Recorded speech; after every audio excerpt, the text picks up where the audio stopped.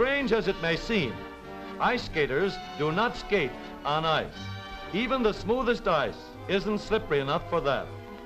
Ice must be lubricated before anything will slide on it. The skates really glide over a thin film of water under the skate.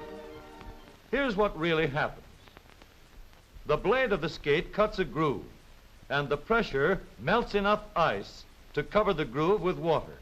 The thin film of water between the skate and the ice acts as a lubricant on which the blade can slide easily. A lubricant is something that makes things slippery. Water is sometimes used for lubrication, especially where it can be supplied in large quantities. It takes a lot of water to keep this seagoing roller coaster from sticking to the chute. In some boats, a steady flow of water from the outside lubricates the shaft, which carries power from the engine to the propeller.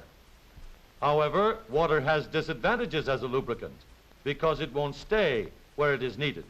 It pulls apart too easily, and it won't keep its film between moving surfaces. When the surfaces are squeezed together with enough pressure, the water is squeezed out. But there are better lubricants than water.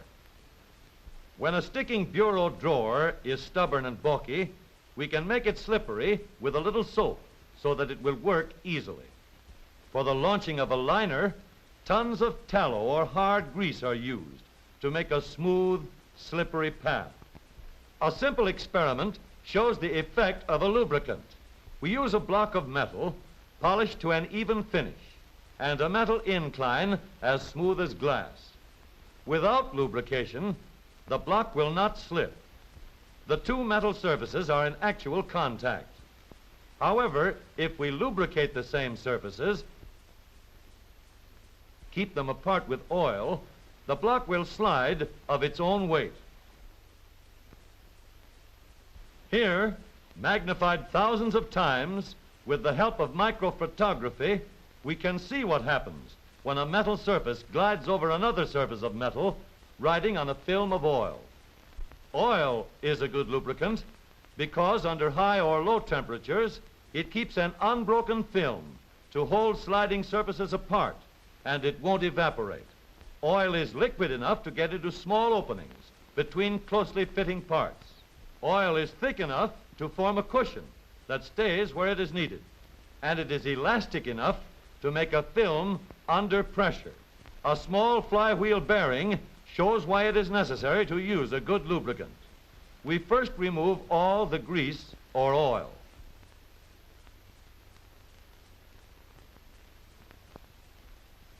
When we spin the wheel, the metal surfaces rub against each other.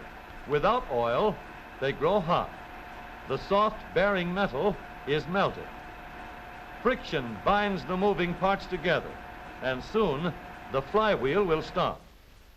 Without the protection of oil, both surfaces are ruined. There are three general ways of circulating a supply of lubricating oil to the parts of a machine. We can arrange a bath of oil so that moving parts can splash into it for lubrication. We can provide a supply of oil on a higher level so that it will trickle down through a system of tubing onto the moving parts. The force of gravity furnishes the power to carry a steady flow of lubricant where it is needed. If we want an extra amount of lubrication, we can force a stream under pressure directly onto the sliding surfaces. By controlling the pressure, we can control the lubrication for different speeds. There are many moving parts and many types of moving surfaces in the automobile engine. Consequently, the engines in our cars today use all three methods of lubrication to provide for the wide range of speeds and loads. The heart of the lubrication system is the oil pump.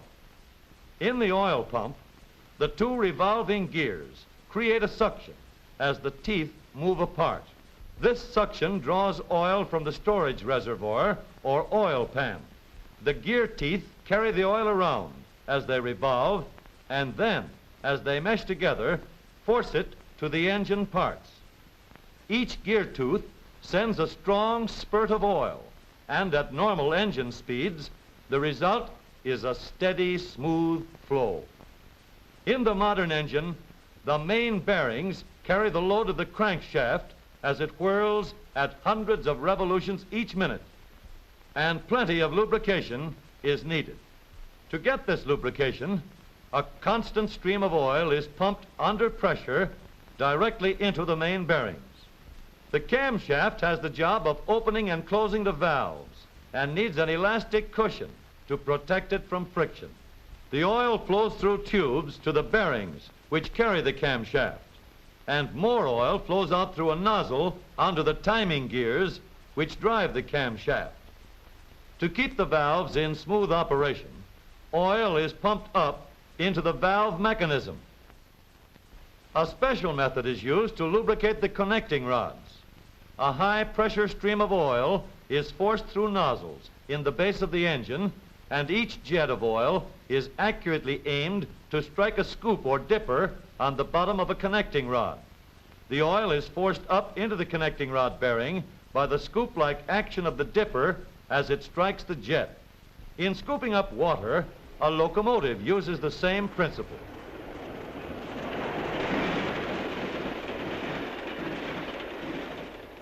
A special motion picture camera equipped with what is called a stroboscope lets us see the action of the dipper on a crankshaft that is actually revolving at a speed of 3,600 times every minute. There is a hole in the bottom of the connecting rod through which the oil passes from the dipper into the bearing. At high engine speeds, the oil enters the dipper at the rate of 120 miles an hour. The barrel shape of the dipper picks up less oil at low speeds than at high speeds. And as the connecting rod splashes into the trough, it throws a spray of oil over the cylinder walls. This spray of oil forms a smooth film to lubricate the speeding piston as it slides up and down in the cylinder. A special ring on the piston controls the amount of this film. The excess oil is scraped off and carried through holes in the side of the piston to furnish the main lubrication for the piston pin. A steady stream of oil flows through the engine, bathing the crankshaft, the camshaft, valves, and pistons and connecting rods, covering all the moving parts with a protecting film. The modern engine uses the same oil over and over again, 4 times a minute at normal speed. In order to do this, it must be cleaned and cooled. Each time the oil passes through the engine, it is filtered so that dirt and impurities can be kept from the polished surfaces. The oil is cooled in the bottom of the engine and allowed to rest in the oil pan. Efficient crankcase ventilation removes hot, corrosive gases so they cannot contaminate the pure oil. A tremendous stream of cooling, cushioning lubricant is pumped through the engine.